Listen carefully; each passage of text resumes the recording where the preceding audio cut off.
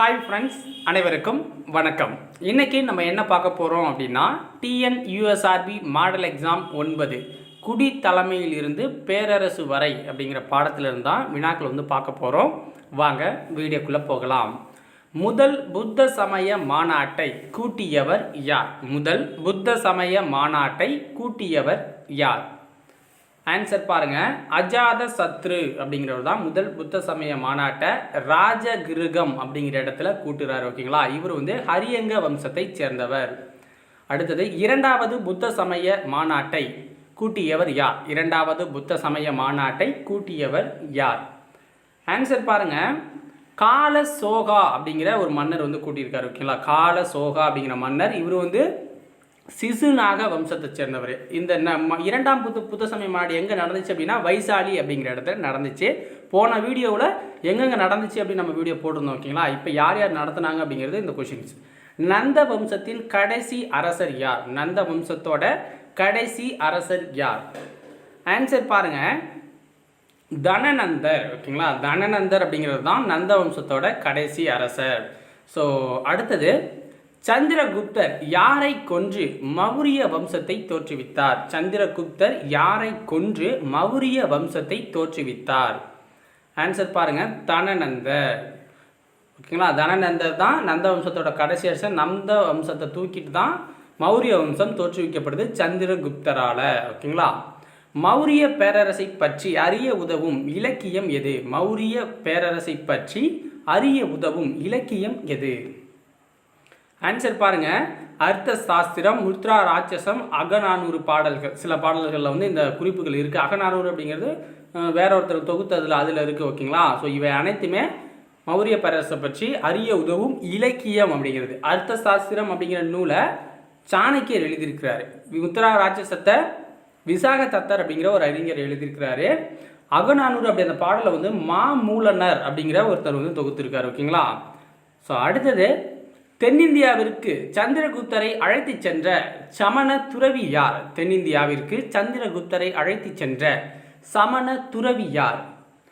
Answer பாருங்க, பத்ரபாகு. ஓகேங்களா, பத்ரபாகு அப்படிங்கிற ஒரு மன்னர் தான் அழைச்சிட்டு போறாரு. ஸோ மன்னர் கிடையாது, இவர் ஒரு சமண துறவி. ஓகேங்களா, இவர் தான் அழைச்சிட்டு போயிட்டு தென்னிந்தியாவில் கர்நாடகம் அப்படிங்கிற பிளேஸில், கர்நாடகத்தில் சரவண பெலகொலா அப்படிங்கிற இடத்துல சல்லேகனா அப்படிங்கிற ஒரு முறைப்படி உயிர் நீக்கிறாரு சந்திரகுப்தர். ஓகேங்களா, சல்லேகனா அப்படிங்கிறது சமண துறவியில் இருப்பாங்க, அப்படியே சோறு சாப்பிடாம அப்படியே தியான நிலையிலேருந்து சாவரத்துக்கு போயிட்டு தான் சல்லேகனா அப்படின்னு சொல்லுவாங்க. அந்த முறைப்படி சரவண பெலகொலா அப்படிங்கிற இடத்துல சந்திரகுப்தர் உயிரை விடுறாரு. பத்ரபாகு ஆட்சிட்டு போகிறாரு. ஓகேங்களா, கர்நாடகத்தில் அந்த இடம் இருக்குது. இதெல்லாம் 4-5 கொஷின் இந்த கொஷின்லேயே இருக்குது. இதெல்லாம் நோட் பண்ணி வச்சுக்கோங்க.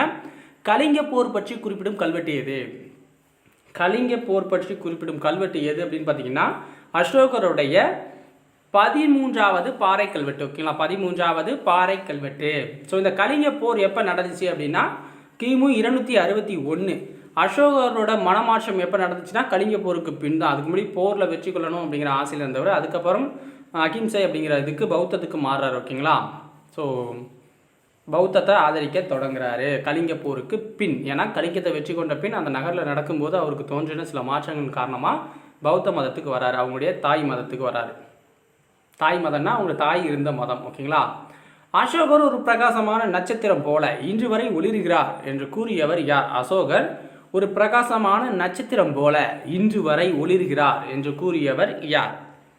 ஆன்சர் பாருங்க, ஹச்ஜி வெல்ஸ். ஓகேங்களா, ஹச்ஜி வெல்ஸ் அப்படிங்கிறவர் தான் அப்படி சொல்லியிருக்கிறாரு.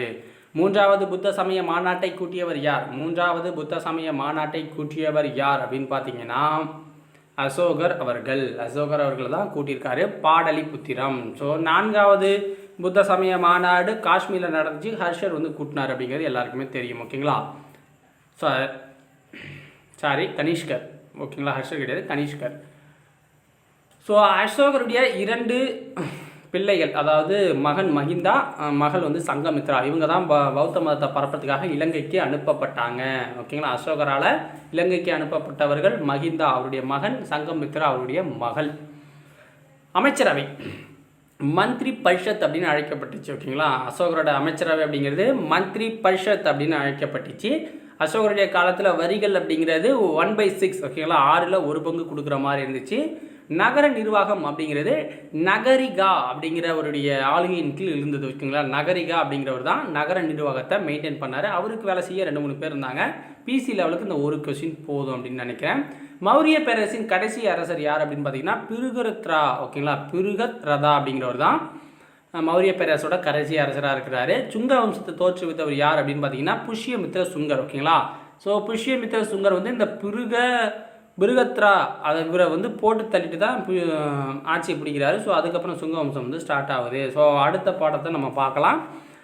இப்போ பார்த்தீங்க அப்படின்னா நிறைய பேர் வந்து நிறைய கொஷின்ஸ் வந்து கேட்குறீங்க கமெண்ட்ஸில். ஒன்று என்ன கேட்குறீங்க அப்படின்னா, சார் கொஷின்ஸ் அதிகமாக போடுங்க அப்படின்னு சொல்கிறீங்க. ஒன்று. ரெண்டாவது விஷயம், கொஷின் இன்னும் கொஞ்சம் டீப்பாக எடுங்க அப்படின்னு சொல்கிறீங்க. ஸோ நம்ம டிஎன்பிஎஸ்சிக்காக வீடியோஸ் தனியாக லெசன் வைஸ் மேக் பண்ணுறது உங்களுக்கு எல்லாருக்குமே தெரியும், சிலருக்கு தெரியாது. ஸோ டிஎன்பிஎஸ்சி ஸ்டாண்டர்ட்ஸுக்கு அங்கே தனியாக கொஷின்ஸ் போயிட்டுருக்கு. பிசி ஸ்டாண்டர்ட்ஸுக்கு இந்த வீடியோஸ் இப்போ ஸ்டார்ட் பண்ணி போயிட்டுருக்கு ஓகேங்களா. இதையும் அதையும் குழப்பிக்க வேண்டாம். டிஎன்பிஎஸ்சின்னு போட்டிருந்தா கொஷின் டீப்பாக தான் இருக்கும்.